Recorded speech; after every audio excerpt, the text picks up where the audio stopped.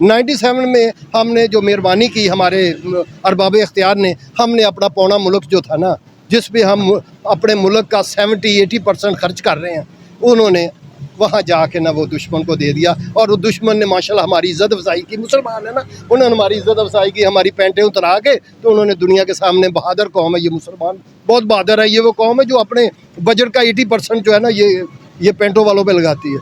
और आप आज देखें से आ गया जी 50 रुपए शायद जी 100 रुपए से आ गया। मरूंडे का पैकेट लिया के मरूंडे का पैकेट लिया के 300 का 350 का वेचदा की असी दसो अजे कसर रही है। इन्हों बड़े डिडा कई ऐसे गरीब ने जिन्होंने 50,000 रुपये बिल आया पे वो की करन कितों भरन।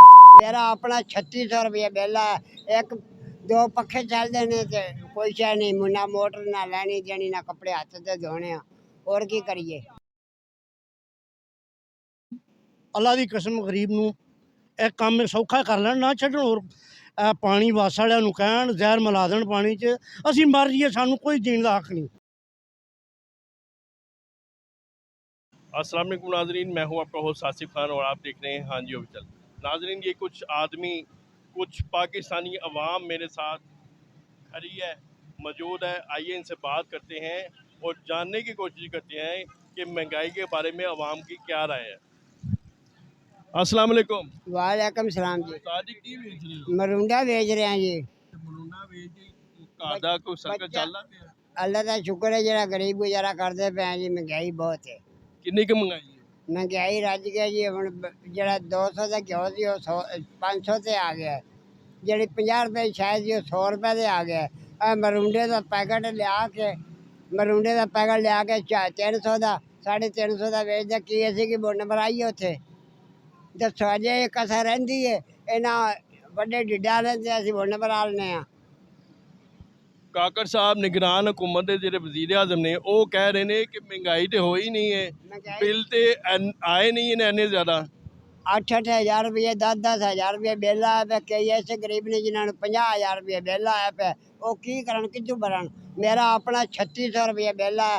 एक दो पखे चलते ने ते कोई शह नहीं, ना मोटर ना लैनी देनी ना कपड़े हथ से धोने। और की करिए।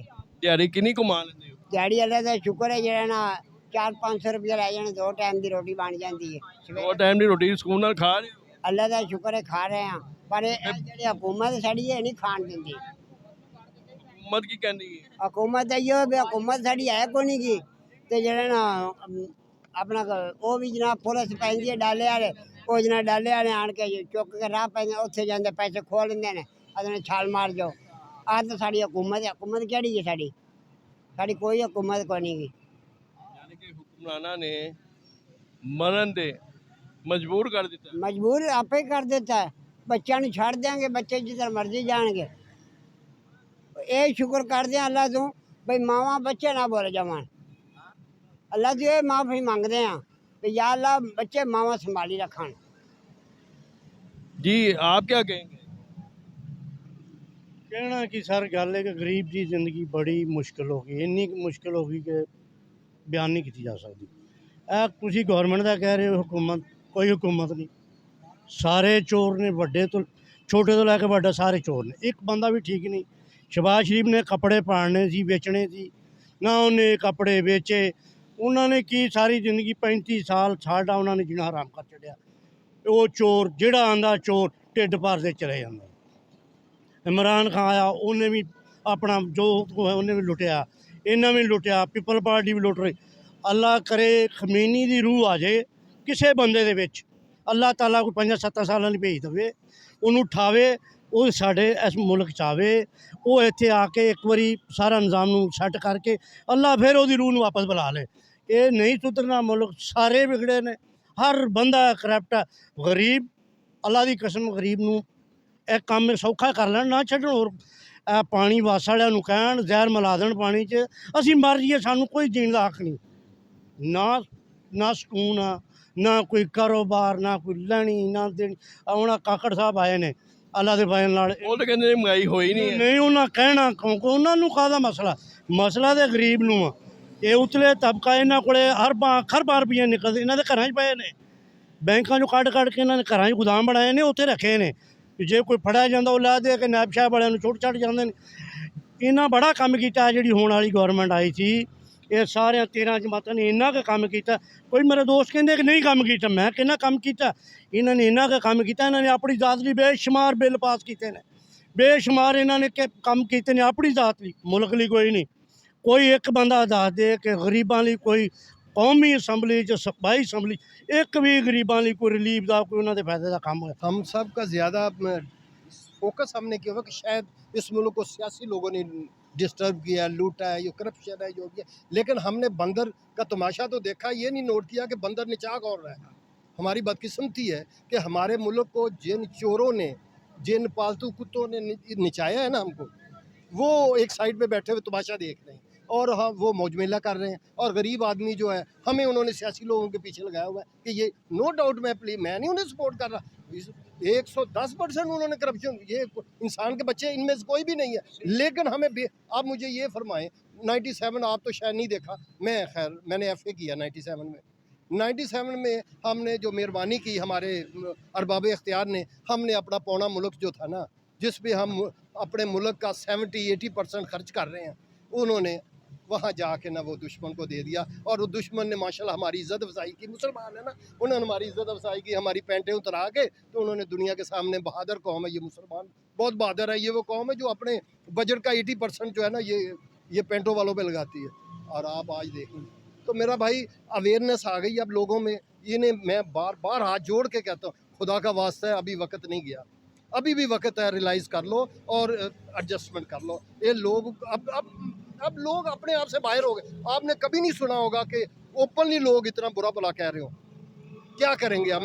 मैक्सिमम क्या करेंगे? लोगों को 2 को 10 को 5 को 100 को 200 को अंदर दे देंगे, जैसे बस किसी का पता ही नहीं होता रात को। अब मैं बात कर रहा हूँ, मुझे पता ही नहीं मैंने घर जाना है कि नहीं, रास्ते में मुझे वो पकड़ के ले जाएंगे। 71 मेरी एज है, उन्होंने ये थोड़ा देखना कि ये बाबा 71 साल का, इसलिए उनका तो माँ बाप है ही नहीं। वो तो बगैर माँ बाप के पैदा हुए। माँ बाप की कदर या बूढ़े आदमी का एहसास तो उसे होता है ना जिसके अपने कोई हो। यहाँ तो मेरी रात को वीडियो बना लेंगे नंगी और मेरी बेटी को भेज देंगे। मैंने कहना हमारा ये मुसलमान माशरा है ना, तो खुदा। जी आप क्या कहेंगे? ये ना देखें, हमारे बुज़ुर्ग हैं, इन्होंने पाकिस्तान के लिए बातें भी कर रहे हैं तो इनकी आंखों में पानी आ रहा है। सबसे पहले मैं आपको बताना चाहूँगा कि ये असल पाकिस्तानी है। इन्होंने टेलीविज़न वाला वो बटनों वाला दौर भी देखा है, अल्टीनो वाला भी।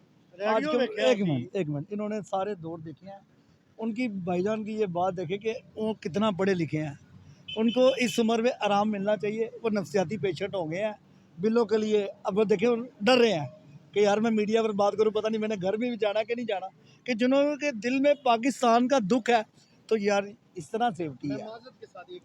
मैं हमारे ये सरमाया है, मेरी बात सुने, मेरे जैसे हज़ारों लोग आ जाएंगे। ये अनमोल ओल्ड रावियन हूँ, मैं ग्रेजुएट हूँ मैं, और मैं एक बैंक में मैनेजर रिटायर हुआ था।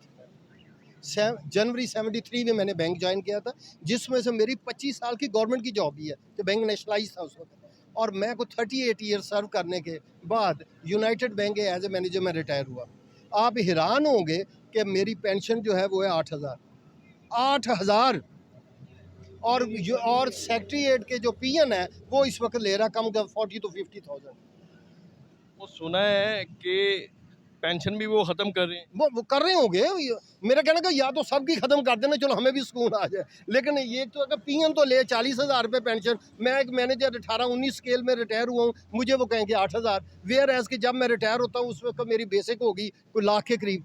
तो गवर्नमेंट का जो कैदा करूँ। अब फिर मज़ेदारी की बात है, हमारा तो अदलिया का बेड़ा गर्क हो गया ना। हमारा सुप्रीम कोर्ट ने हमारे हक़ में फ़ैसला दिया, बैंकों के इन्हें इनकी कानून के मुताबिक पेंशन दी, वो प्रोवाइड नहीं करते, वो मानते ही नहीं सुप्रीम कोर्ट को। ये सूरत हाल थी नाजरीन, अवाम पे इंतहा तंग है, हुकूमती लेवल महंगाई इतनी बढ़ती जा रही है, हर बंदा परेशान है। वस्सलाम।